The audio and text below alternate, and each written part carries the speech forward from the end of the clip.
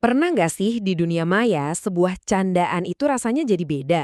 Yang niatnya cuma buat lucu-lucuan, malah jadi bikin sakit hati. Nah, hari ini kita bakal kupas tuntas soal kekuatan kata-kata di media sosial. Dan betapa tipisnya loh batas antara tawa dan air mata. Yuk, kita mulai. Ini dia nih, inti dari semua obrolan kita hari ini. 3 kata yang kedengerannya simple tapi dalam banget artinya. Ejekan itu bukan candaan. Kalimat ini tuh kayak pengingat ya, kalau niat baik kita belum tentu diterima dengan baik sama orang lain. Kenapa ini penting banget? Mari kita bedah lebih dalam.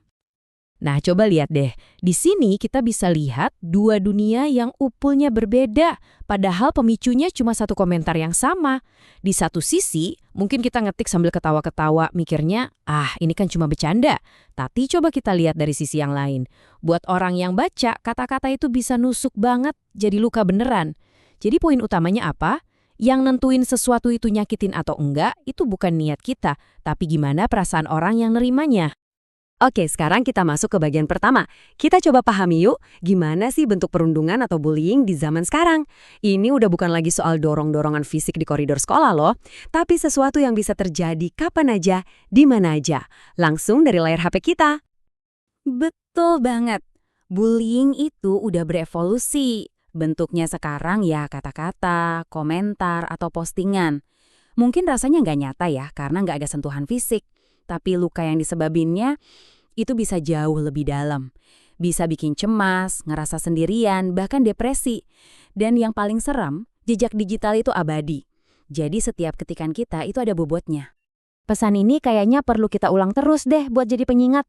Sebelum kita pencet tombol kirim atau posting, coba deh berhenti sebentar.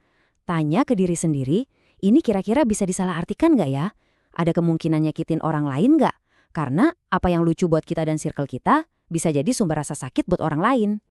Jadi, kalau ditanya apa itu cyberbullying, ini dia definisi paling gampangnya. Nggak usah pakai bahasa hukum yang ribet.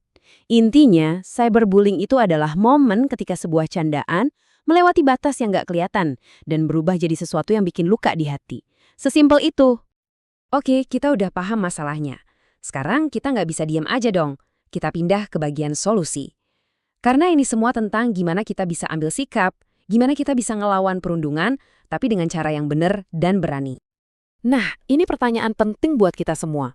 Bukan cuma buat kamu yang mungkin pernah ngalamin, tapi juga buat kita semua yang mungkin cuma jadi penonton. Karena kita semua punya peran dan kekuatan buat bikin perubahan. Yuk, kita lihat langkah-langkahnya. Di sini ada 3 langkah yang praktis banget. Pertama, jangan diam. Suaramu itu penting loh, entah kamu yang ngalamin langsung, atau kamu lihat orang lain yang jadi korban. Kedua, tegur dengan sopan.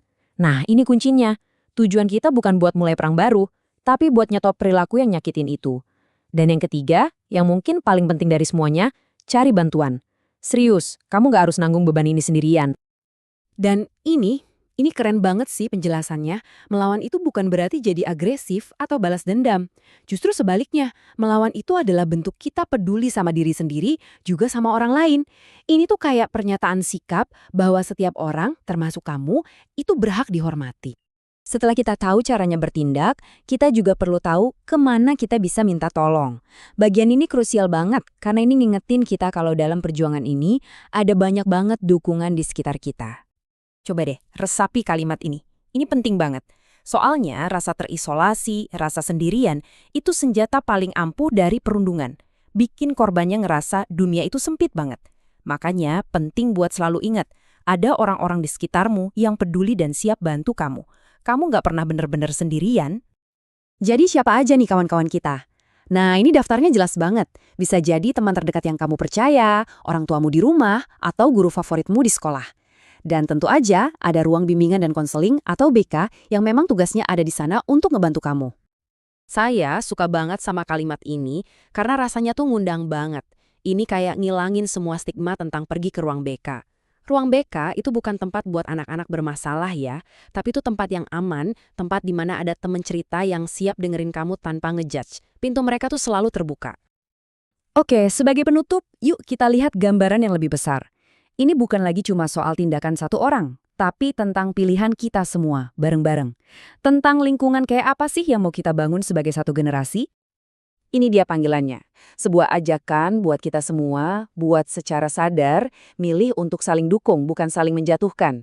Buat pakai kata-kata kita untuk membangun, bukan untuk menghancurkan. Setiap komentar positif, setiap pesan dukungan, setiap kali kita milih buat nggak ikutan ngejek, kita itu lagi ngebangun budaya yang lebih baik.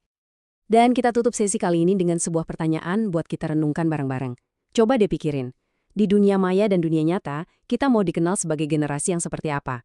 Generasi yang bikin lingkungan penuh rasa takut, atau komunitas yang isinya saling hormat dan saling dukung? Jawabannya ada di tangan kita semua.